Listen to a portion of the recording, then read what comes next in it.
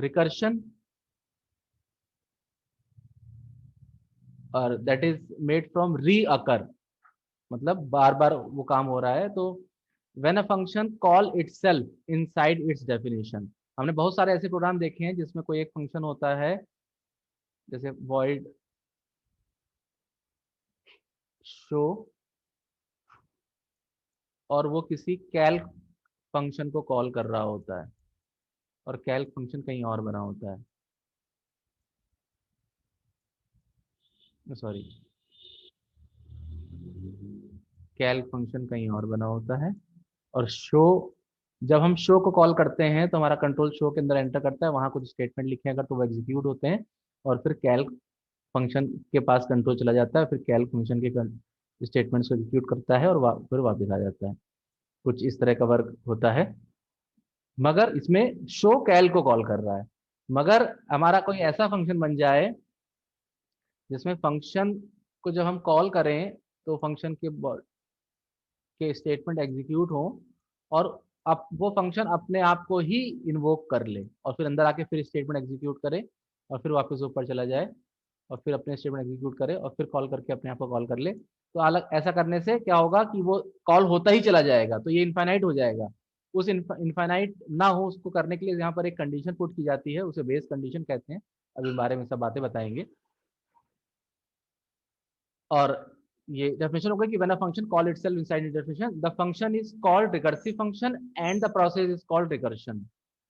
और सबसे important part है कि recursion is an alternative way to solve the problem which requires iteration without using any loop.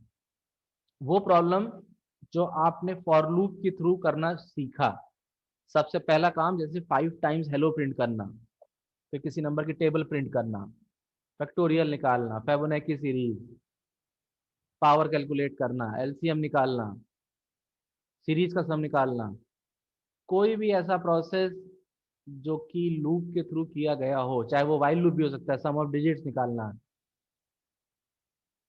या Armstrong check करना, reverse निकालना, डेसिमल का बाइनरी करना, कोई भी ऐसा काम जो किसी भी लूप से किया गया हो, वो बिना लूप के अगर करना है तो आप उसको रिकर्शन के थ्रू कर सकते हैं। इतनी बात में अगर किसी को डाउट है कोई तो, इसमें अभी बहुत सारी बातें स्किप्ड है, बस सिर्फ एक बात है जो मेन प्रॉपर्टी है कि फंक्शन अपने आप को कॉल कर रहा है,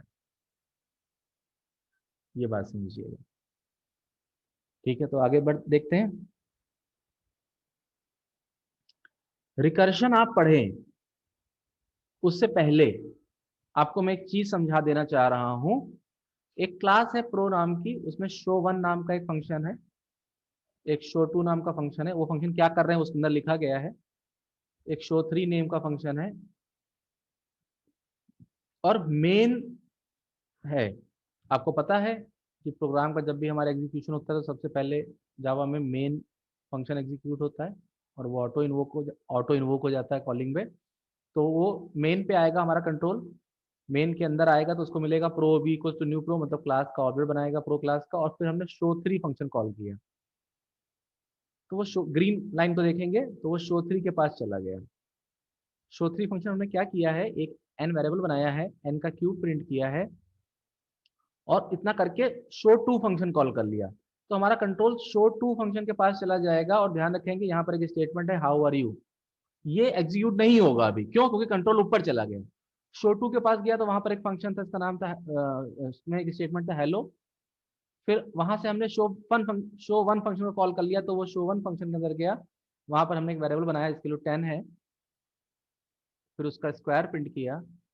इतना वर्क हो जाने के बाद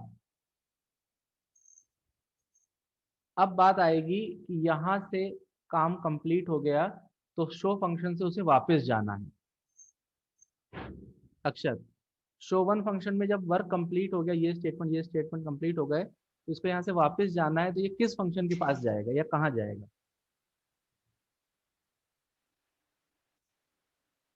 कंट्रोल हमारा कहाँ जाएगा? सर मेन में। ठीक है, अभी देखते हैं। उत्कर्ष, वो वाला लाइन पूरी करेगा जो पिछले वाले फंक्शन में छूट गई है। मैं खाली इतना बताना कि वापस कहाँ जाएगा। सर शो 2 में सर। शो 2 में यही सबसे इंपॉर्टेंट पार्ट है, इसका ध्यान रखिए। अक्षत एरो बना भी हुआ था यहाँ पर, ब्लू सियान कलर के एरो को उसी कलर से मैच कराएगा। ये इसके कॉलिंग का है और ये इसके रिटर्न का है। आपको सबसे इंपॉर्टेंट पार्ट ये याद रखना है कि किसी भी फंक्शन में जब वर्क कंप्लीट होता है और या जब भी रिटर्न रिटर्न होता है कंट्रोल, तो रिटर्न वहां होता है जहां से उसको कॉल किया गया हो। अक्षत शो 1 फंक्शन को किसने कॉल किया था? मेन ने? सर शो 2 ने। शो 2 ने। तो be sure about this thing.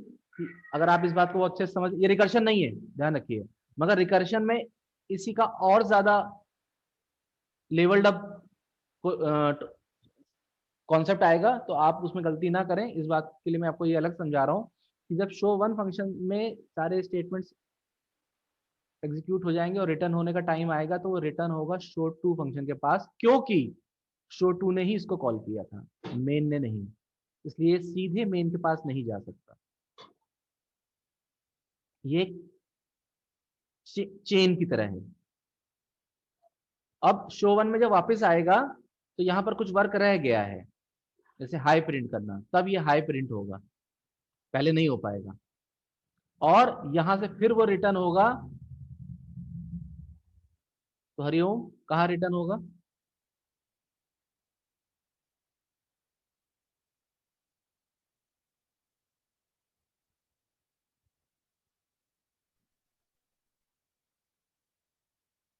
Hariom voice नहीं आई तुम्हारी, चलो नेटवर्क इशू है। उत्कर्ष कहाँ अक्षत कहाँ रिटर्न होगा?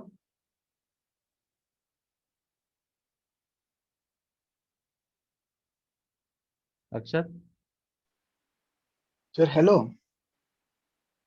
क्वेश्चन सुना मेरा? Yes sir. क्या था क्वेश्चन? सर ये 3 पे। No sir. क्वेश्चन क्या है अक्षत? सर हाई कहाँ रिटर्न होगा ये? हाई कहाँ, हाई रिटर्न हो रहा है कहीं? No sir. सर ये वो white show 2। Word show two नहीं, हमारा कंट्रोल। कंट्रोल मतलब हमारा जो कंपाइलर फ्लो होता है, कंपाइलर का प्रोग्राम को एग्जीक्यूट करने का।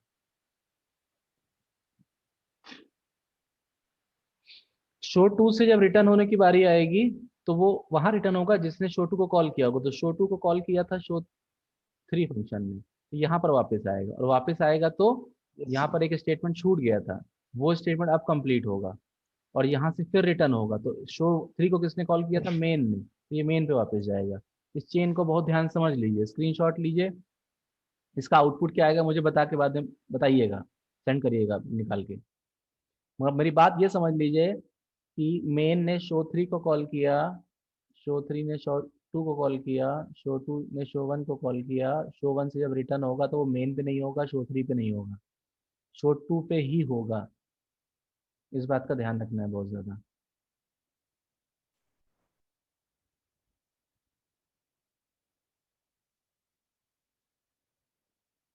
ये सबसे इम्पोर्टेंट पार्ट है कि वो वापस कहाँ आता है। सबसे इम्पोर्टेंट पार्ट यही है कि वो वापस कहाँ आता है। Hello yes sir you. Sir, आवाज़ आ गई? हाँ आप तो आ गई। कोई क्वेश्चन किसी को? हर्ष, उत्कर्ष, शिखर? No sir. हरिओम तुम सुन पाए थे क्या हो रहा था यहाँ पे? ये हमारा रिकर्शन नहीं है, मगर रिकर्शन को समझने के लिए, इजीली समझने के लिए मैं आपको ये छोटी सी बात ब्रश अप करा रहा हूँ कि रिटर्निंग मैकेनिज्म कैसी होती है फंक्शंस की। इसी में अगर रिटर्न एन लिखा हो, ए लिखा होता, तो ए की वैल्यू रिटर्न होती है यहाँ पर और रिसीव होती किसी वेरिएबल में। फिलहाल वो इस तरह का फंक्शन नहीं लिखा है मैंने। तो इस बात का बहुत ज़्यादा ध्यान रखिए। और जब भी कभी दो बातें और साथ में, कि जब भी एक फंक्शन से दूसरा फंक्शन कॉल होता है, तो उस फंक्शन के बचे हुए स्टेटमेंट उतनी देर के लिए पॉज हो जाते हैं जब तक कि वो वापस नहीं आ जाता, जहां गया है वहां से वापस नहीं आ जाता। और दूसरी बात, एक रिटर्न स्टेटमेंट के बारे में कि किसी भी फंक्शन में अगर रिटर्न स्टेटमेंट आ गया उसके बाद अगर कुछ स्टेटमेंट बचे भी हुए हैं एग्जीक्यूट होने के तो वो बचे ही अनएग्जीक्यूटेड रह जाते हैं। रिटर्न का मतलब वापस चले जाओ, तो उसको अगर कुछ बच रहा है या कोई लूप चल रहा है बीच में रिटर्न हो गया तो लूप जहाँ तक चल पाया था वहीं चलेगा, आगे नहीं चलेगा। तो रिटर्न स्टेटमेंट के बारे में ये बातें आपको बहुत ज़्यादा ध्यान रखनी है। अब मैं यहाँ रिकर्शन पे आ रहा हूँ। बहुत ज़्यादा ध्यान से इस प्रोग्राम को समझने की कोशिश करिएगा। हेलो वर्ल्ड को 5 टाइम्स प्रिंट करना है, तो जाहिर सी बात है कि ये बिल्कुल आसान सा तरीका है फॉर लूप। आई का एक लूप 1 से लेकर <5 तक हेलो प्रिंट कर रहा है और वापस जाके आई इंक्रीज कर रहा है, कंडीशन चेक कर रहा है, अंदर आ रहा है, ऐसा कर रहा है। तो आई की वैल्यू 1 2 3 4 5 पे कंडीशन 2 रहेगी, 6 पे फॉल्स हो जाएगी, जब तक फॉल्स होगी तब तक वो 5 टाइम्स हेलो प्रिंट कर चुका होगा। यही प्रोग्राम अगर हम रिकर्शन से करना चाहते हैं तो वो कैसे होगा इसको देखिए। मगर रिकर्शन से करने का मतलब है कि लूप नहीं लगाना है। फिर बहुत ज़्यादा ध्यान से समझेंगे। ये प्रोग्राम लिखा हुआ है, इसमें एग्जीक्यूशन मेन से स्टार्ट होगा। क्लास का ऑब्जेक्ट बनाया प्रो क्लास का और प्रिंट फंक्शन कॉल किया और आर्ग्यूमेंट 1 भेजा। ध्यान से समझिएगा बहुत ज़्यादा। ये यहाँ चला गया, आई की वैल्यू नीचे से आई है 1। इसमें कोई डाउट तो नहीं किसी को? आई की वैल्यू 1 है, फंक्शन के अंदर एंटर कर गए, कंडीशन चेक हुई जो कि ट्रू निकली। आई की वैल्यू 5 से लेस देन है, ये कंडीशन ट्रू है, इसलिए इफ के अंदर में आ गए। System dot out dot print hello, एक हेलो प्रिंट किया। नाउ द इम्पॉर्टेंट पार्ट, और हमने प्रिंट फंक्शन कॉल कर लिया i+1 के साथ। तो i+1 के साथ कॉल करने का मतलब है कि आई की तो 1 है, इसने अपने आप को कॉल कर लिया, मगर जो वैल्यू भेजी वो 2 भेजी। पहले कितनी भेजी थी मेन ने? 1। 2 वैल्यू के साथ अंदर आया, कंडीशन फिर से ट्रू हो गई तो उसने एक और हेलो प्रिंट किया और अपने ही आप को उसने दोबारा से कॉल कर लिया, मगर कितनी वैल्यू के साथ? आई कितना था वहां पर? 2 था, तो 2+1 से वो 3 ऊपर गए। 3 के केस में भी वही हुआ, एक हेलो प्रिंट हुआ, फंक्शन दोबारा कॉल हुआ, आई की वैल्यू 4, कंडीशन फिर से ट्रू हुई, एक और हेलो प्रिंट हुआ, फिर से फंक्शन कॉल हुआ, आई की वैल्यू 5। अपने आप को ही वैल्यू भेज रहा है, कंडीशन ट्रू हो गई 5 के केस में भी। तो उसने एक बार फिर से कॉल किया हेलो प्रिंट करने के बाद, आई की वैल्यू 6। अब हो गई कंडीशन फॉल्स। फॉल्स का मतलब है एल्स पे जाओ, एल्स कह रहा है कि वापस जाओ। अब यहाँ पर ये अपने आप को कॉल करना बंद कर देगा, इसी से आपका रिकर्शन, जो रिकर्सिव प्रोसेस थी वो स्टॉप होगी या टर्मिनेट होगी। अब मगर यहाँ पर एक और इम्पोर्टेंट पार्ट छूट रहा है, रिटर्न वाला। उसको समझने के लिए पहले तो ये कॉलिंग पहले तो चलो समझ गए। अभी बहुत सबसे इंपॉर्टेंट पार्ट अभी बचा हुआ है, बट अभी फिर भी पार्शियल पार्ट बताया है जो उसमें आपको सब बात समझ में आई कि कैसे मेन से प्रिंट फंक्शन के पास गया एक वैल्यू लेके, और प्रिंट फंक्शन ने उसी वैल्यू में कुछ और ऐड करके अपने आप को भेजता रहा और आगे बढ़ता रहा। Utkarsh, yes sir. पूरी प्रोसेस समझ आई? Yes sir. Akshat, yes sir. Harsh, yes sir. Hariom? Yes sir.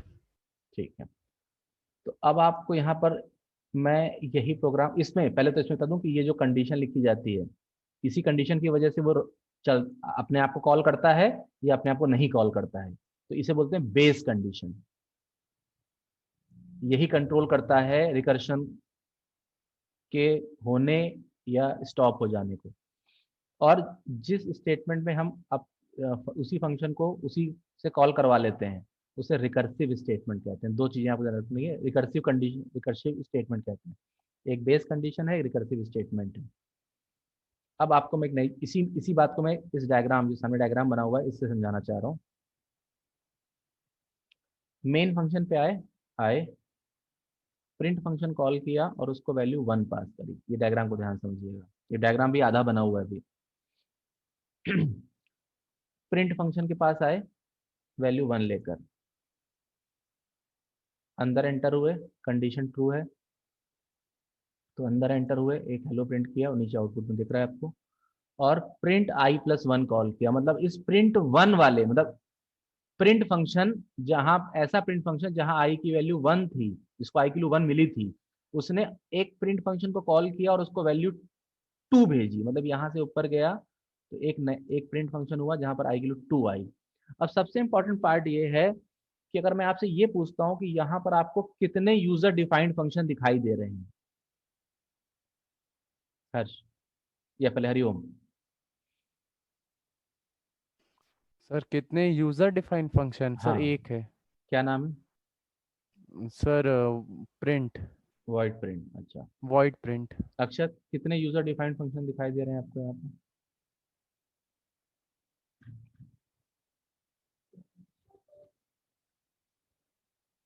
अक्षत,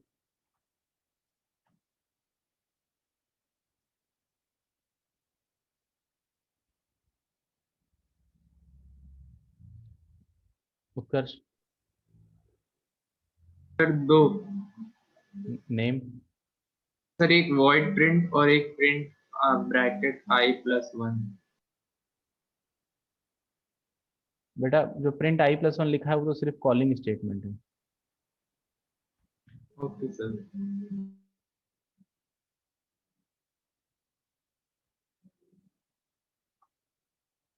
जरा इसको ध्यान से देख लीजिए आप लोग। उत्कर्ष,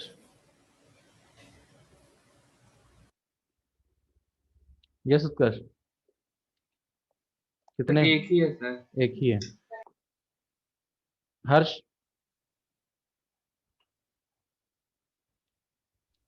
सर एक है सर वाइट प्रिंट। अक्षत तुमने कुछ बताया था उसमें, क्या बताया था?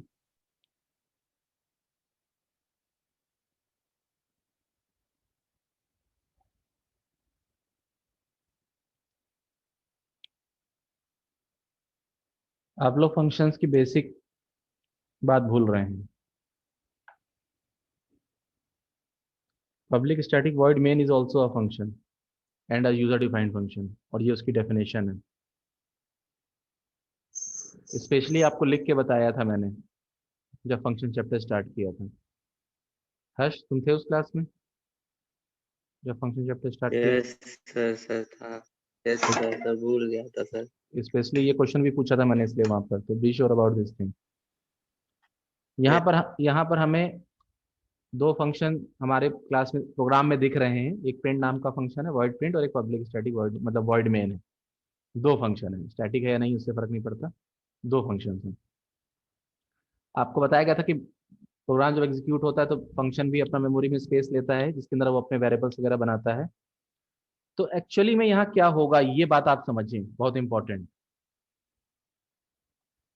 कि ये एक फंक्शन है वॉइड प्रिंट, जिसकी, जो हमें दिख रहा है, मतलब इसकी डेफिनेशन हमें दिख रही है। जब हम प्रिंट 1 कॉल करेंगे तो यहाँ पर आएगा, मगर हम जैसे यहाँ पर प्रिंट i+1 कॉल करेंगे तो ये अपने पास के पास जाएगा तो, मगर ये अपना ही मेमोरी में एक और वर्जन बना लेगा। और उसकी क्या खासियत होगी कि वो भी बिल्कुल ऐसा ही होगा, एग्जैक्ट सेम कोडिंग के साथ। बस यहाँ पर जो अब आप कह सकते हैं, अब ध्यान दीजिएगा मेरे इस पे जो मैं ड्रॉ कर रहा हूं, कि प्रिंट 1 करेंगे तो वो यहाँ आएगा, और जब प्रिंट i+1 करेंगे तो वो यहाँ जाएगा। मतलब एक्चुअली में वो यहीं से यहीं जा रहा है, मगर मेमोरी एलोकेशन जब होगा तो वो एक और प्रिंट फंक्शन कहलाएगा। ऐसे ही जितनी बार, अब इस वाले प्रिंट से जब प्रिंट i+1 होगा तो वो एक और वर्जन बनाएगा, बिल्कुल एग्जैक्ट देखने में यही, बस वहां पर i की वैल्यू 3 जाएगी, यहाँ 2 जाएगी, यहाँ 1 जाएगी। इस तरह से मेमोरी में वर्जन क्रिएट होते चले जाएंगे उसके। हरिओम, ये बात समझ पाए, वर्जन क्रिएट होते जाएंगे? Yes sir. Harsh? Yes sir. उत्कर्ष?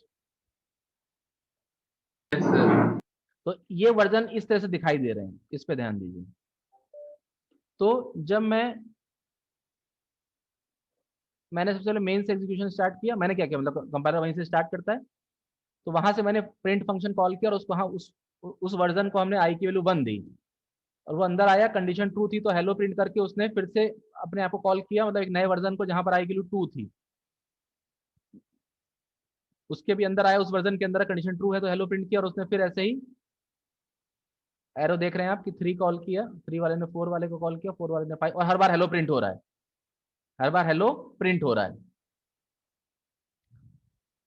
और आई फिर प्रिंट, जब आई की वैल्यू 5 मिली यहाँ पर उसको, तो उसने फिर i+1 कॉल किया और प्रिंट की वैल्यू 6 भेजी। अब सब यहाँ से सारी कहानी शुरू होती है कि यहाँ पर आया, आई की वैल्यू 6 लेकर कंडीशन फॉल्स हो गई, इसलिए वो एल्स पार्ट में गया, एल्स पार्ट में लिखा है रिटर्न, केवल रिटर्न, ये वॉइड टाइप के फंक्शन में लिखा होता है। तो सबसे इंपॉर्टेंट क्वेश्चन है यहाँ पर, हरिओम, कि ये रिटर्न होके कहाँ जाएगा।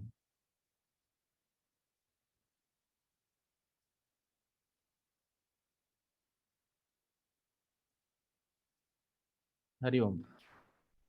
सर बाहर। बाहर तो जाएगा, वो बात तो बिल्कुल ठीक है। सर मतलब वॉइड प्रिंट से बाहर। हाँ, वॉइड प्रिंट से बाहर जाएगा, तो कहाँ जाएगा, जैसे मेन पे जाएगा? नो सर, सर बाहर निकल जाएगा। बाहर कहाँ, मतलब प्रोग्राम से बाहर चला जाएगा? सर ओबी डॉट प्रिंट पे जाएगा। हाँ, तो मेन ही तो हुआ वो, हाँ सर। मेन में ही तो आ गए हम। चलो अच्छा, ऑलमोस्ट पूछते हैं। उत्कर्ष, तुम्हें क्या लगता है कि वो रिटर्न होगा तो कहाँ जाएगा? सर वॉइड प्रिंट आई पे। Yes, that's the correct and most important thing.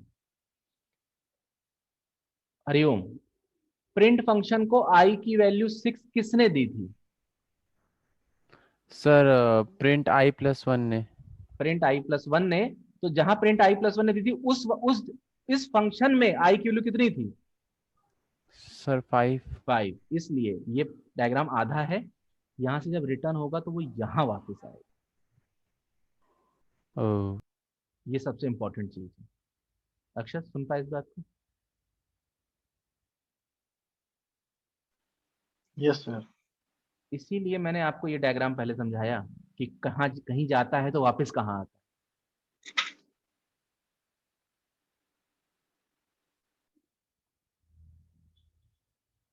उत्कर्ष, तुम ऐसा, उत्कर्ष तुमने आंसर बताई था। हर्ष, ठीक है, बात समझ में आ रही है? अली? Yes sir. शिखर, ठीक है? तो हर्ष, अब ये बताओ कि जब यहां से रिटर्न होगा तो प्रिंट फंक्शन प्रिंट 5 वाले के पास जाएगा, तो प्रिंट 5 वाले के पास कहां जाएगा, किस जगह पर?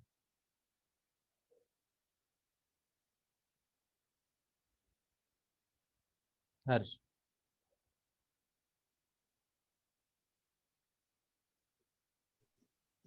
Sir no idea. अच्छा, मैं बता रहा हूँ, चलिए। फिर से बताइए। मैंने पूछा कि जब यहां से रिटर्न होगा तो प्रिंट 5 वाले के पास जाएगा, तो कहाँ यस सर। जाएगा? जैसे प्रीवियस वाले के एग्जांपल से समझना चाहें आप, तो जैसे यहाँ पर, यहाँ से रिटर्न हुआ तो वो कहाँ गया? शो टू के पास। तो शो टू के पास जाके उसने क्या किया, जहाँ कुछ स्टेटमेंट बचे हुए थे उनको एग्जीक्यूट किया उसने वहां जाके। सर बेस के पास जाएगा। बेस के पास? बेस मतलब? सर तभी प्रोग्राम रुकेगा सर, बेस केस के पास। बेस केस के पास तो नहीं जा सकता। बेस केस पे जाने के लिए उसको ऊपर से एंट्री मारनी पड़ेगी। ऊपर से एंट्री तभी होती है जब हम इस फंक्शन को कॉल करें, तो कॉल तो हम कर नहीं रहे, यहां से तो हम रिटर्न हो रहे हैं। सर उत्कर्ष? वैल्यू फॉल्स आ चुकी है। सर प्रिंट i+1 पे। हाँ, बहुत इंपॉर्टेंट पार्ट है, फिर से ध्यान समझ लीजिए। पहले यहां से यहां गया, फिर यहां से second time, third time, fourth time, fifth time, sixth time, और सिक्स टाइम पे कंडीशन फॉल्स होने से रिटर्न हुआ तो वो इस जगह जाएगा। फिफ्थ वाले के आई प्रिंट की वैल्यू, आई की वैल्यू 5 वाले प्रिंट फंक्शन में जाएगा, यहां से यहां, और इस जगह पे जाएगा, इस जगह पे, इस जगह को ध्यान समझ लीजिए।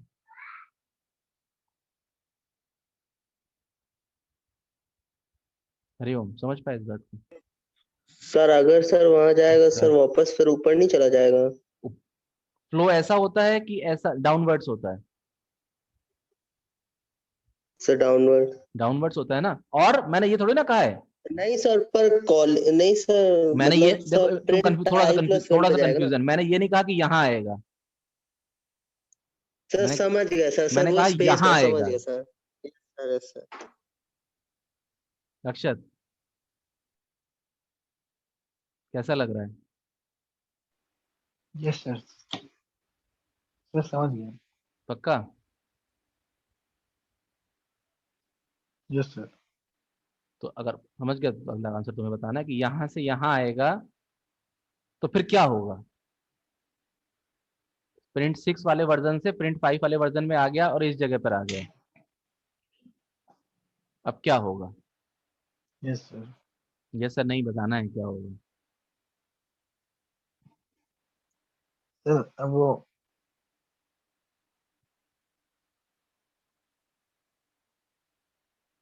वहीं पे रहेगा। अच्छा, फिर वहीं रुक जाएगा। Yes sir. अच्छा, हरिओम क्या कहते हो? सर बाहर चला जाएगा। तुम्हारा तो एक वही आंसर बाहर था, सर कहाँ? मतलब मेन में मेन सर। में, अच्छा ठीक है। हर्ष? सर लूप एंड हो जाएगा तो सर प्रिंट वो 5 से प्रिंट 4 पे जाएगा ऐसा? हाँ, यहाँ से जब यहाँ जब वापस आएगा, हर्ष तुम क्या कह रहे थे? सर लूप एंड हो जाएगा सर, वो निकल लूप जाएगा नहीं है सर बेटा, बाहर। लूप है ही नहीं कहीं। नो सर, इफ का लूप सर, वो इफ अगर सर रिटर्न। इफ का लूप नहीं होता, इफ का स्टेटमेंट होता है। हाँ, तो यस सर। इफ के तो यहाँ यहाँ तो काम खत्म हो गया इफ के अंदर, तो वो यहाँ से यस बाहर सर। यस निकलेगा। सर। तो आपको पता है वॉइड यस टाइप का सर। फंक्शन जो होता है वो तो इम्प्लिसिट रिटर्न करता है ना। Yes sir. तो एक्चुअली में यहाँ भी रिटर्न लिखने की जरूरत तो होती नहीं है, अपने आप रिटर्न हो जाता है। तो यहाँ से भी रिटर्न हो जाएगा। यस। और कहाँ जाएगा? यहाँ से जब रिटर्न होगा तो कहाँ सर ये जाएगा? 4 में जाएगा क्या? 4 वाले। यस अक्षर, 4 वाले में जाएगा। 4 वाले में कहाँ जाएगा? इसी जगह। तो यहाँ भी वही काम होगा, तो 4 वाले से फिर 3 वाले पे, 3 वाले से 2 वाले पे, 2 वाले से 1 वाले पे। अब क्यों? क्योंकि इन्हीं ने सबने कॉल किया है ना एक दूसरे को। भाई प्रिंट फंक्शन को आई की वैल्यू 6 किसने दी? प्रिंट खुद ही प्रिंट ने, मगर उस समय उस वाले प्रिंट ने जहां आई की वैल्यू 5 थी। तो उसको 5 की वैल्यू किसने दी? जहां 4 थी। 4 किसने दी? जहां 3 थी। 3 से 2, 2 से 1, और 1 वाले से, क्योंकि आई की वैल्यू यहाँ प्रिंट फंक्शन को 1 किसने दी थी? मेन फंक्शन ने। तब वो यहां से लौटेगा वापस, यहां से नहीं सॉरी, जब लास्ट वाले वर्जन पे पहुंचेगा अपने, तब वो यहां पहुंचेगा।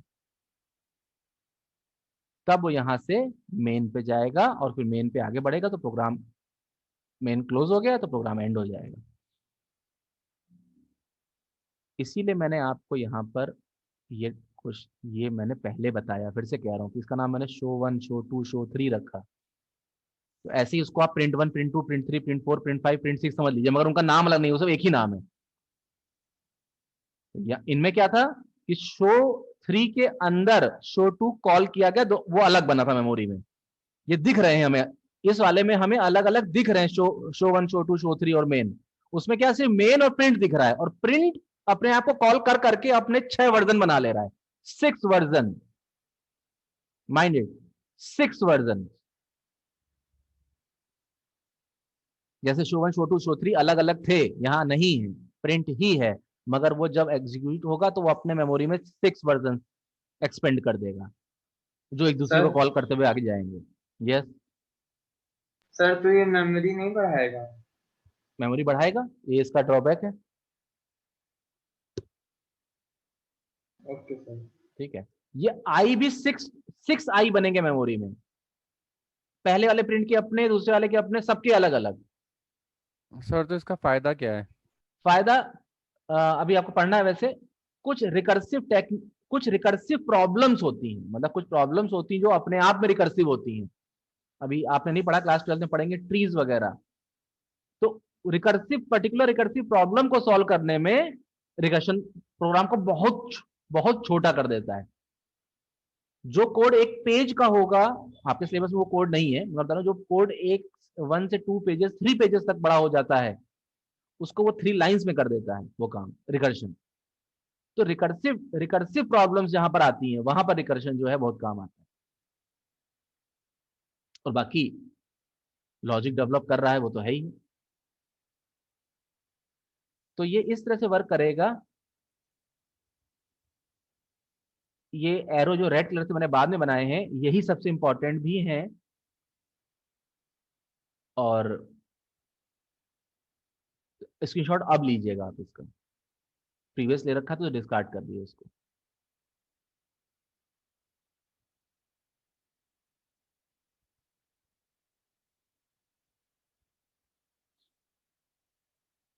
हो गया होगा, कोई क्वेश्चन किसी का?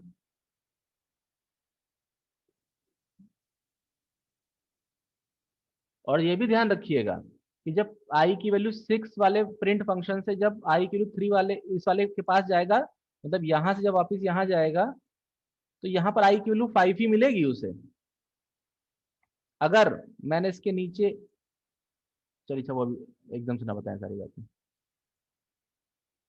और यहां पर आई प्लस प्लस नहीं लिखेंगे, सब गड़बड़ हो जाएगा अगर आई प्लस प्लस लिख दिया तो, या प्लस प्लस आई प्लस प्लस तो गलत ही हो जाएगा, उससे कुछ होगा ही नहीं।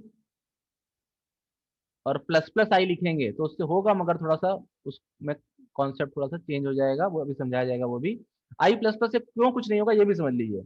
प्रिंट फंक्शन कॉल हुआ, आई की वैल्यू 1, कंडीशन ट्रू है, अंदर आया, हेलो प्रिंट किया, और प्रिंट आई प्लस प्लस, आपको पता है ये पोस्ट इंक्रीमेंट है, यूज देन चेंज की बात करता है। तो ये क्या करेगा, ये जब ऊपर भेजेगा आई की वैल्यू तो 1 ही भेज देगा, और बाद में आई की वैल्यू 2 हो जाएगी, तो हमारे सब बेकार हो गया। पहली बार भी बनाया और फिर दूसरी बार भी बनाया, अब ये बार बार कॉल होता रहेगा और हर बार 1 ही भेजता रहेगा, तो ये इनफाइनेटली ये कंडीशन कभी फुलफिल ही नहीं हो पाएगी, क्योंकि आई प्लस प्लस वैल्यू पहले भेज देगा, बाद में आई को इंक्रीज करेगा, तो जो वैल्यू चली गई तो वो तो 1 गई।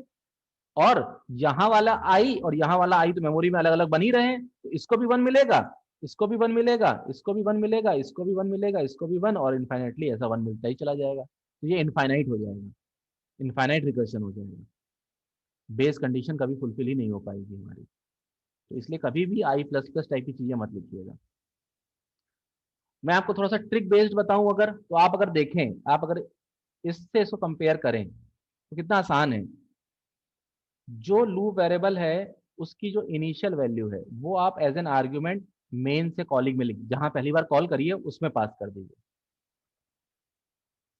और जो लूप की कंडीशन है, चाहे फॉर की चाहे वाइल की या डू वाइल की, वो आप इफ में लिख दीजिए। जो बॉडी ब्लॉक है लूप का वो एज इट इज छाप दीजिए। ये बिगनर्स के लिए बता रहा हूं मैं आपको।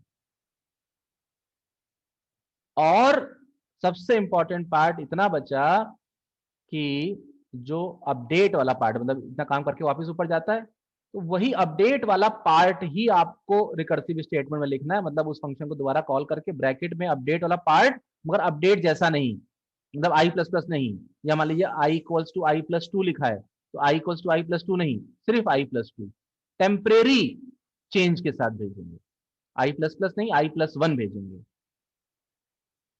तो आप इसका कंपैरिजन देख सकते हैं और इजिली इसको बहुत इजिली कोड लिख भी सकते हैं फिर इसका। यहां पर मैं एक चीज ये बताना चाहूंगा कि ये जो ऊपर प्रोग्राम लिखा था यही प्रोग्राम यहाँ मैंने दोबारा से लिखा है, और यहाँ पर सिर्फ एक बात बताऊंगा कि इसमें एल्स एल्स और रिटर्न वाला पार्ट हटा दिया। क्यों हटा दिया? जब यहाँ से यहाँ जाएगा, अंदर जाएगा, यहाँ से फिर यहाँ जाएगा, फिर यहाँ जाएगा, फिर यहाँ जाएगा, जब ये कंडीशन फॉल्स होगी तो ये इफ के बाहर आएगा, और आपको पता है वॉइड टाइप के फंक्शन में तो इम्प्लिसिट रिटर्न होता है, यहाँ से उसको रिटर्न होना ही होना है। तो वो पहली बार का प्रोग्राम था, इसलिए समझाने के लिए मैंने आपको खाली इतना लिखा था, इसे समझाने के लिए मैंने यहाँ पर एल्स करके रिटर्न लिखा था, ऐसा कोई जरूरत नहीं, इसकी कोई नीड नहीं है यहाँ पर, क्योंकि यहाँ तो एक इम्प्लिसिट रिटर्न लिखा ही हुआ है, मतलब लगा ही हुआ है, लिखा नहीं है, लगा ही हुआ है। जब भी कभी यहाँ से कंडीशन फॉल्स होगी, इफ से बाहर निकलेगा तो यहाँ से रिटर्न होना ही होना है उसको, यहाँ से रिटर्न होना ही होना है उसको।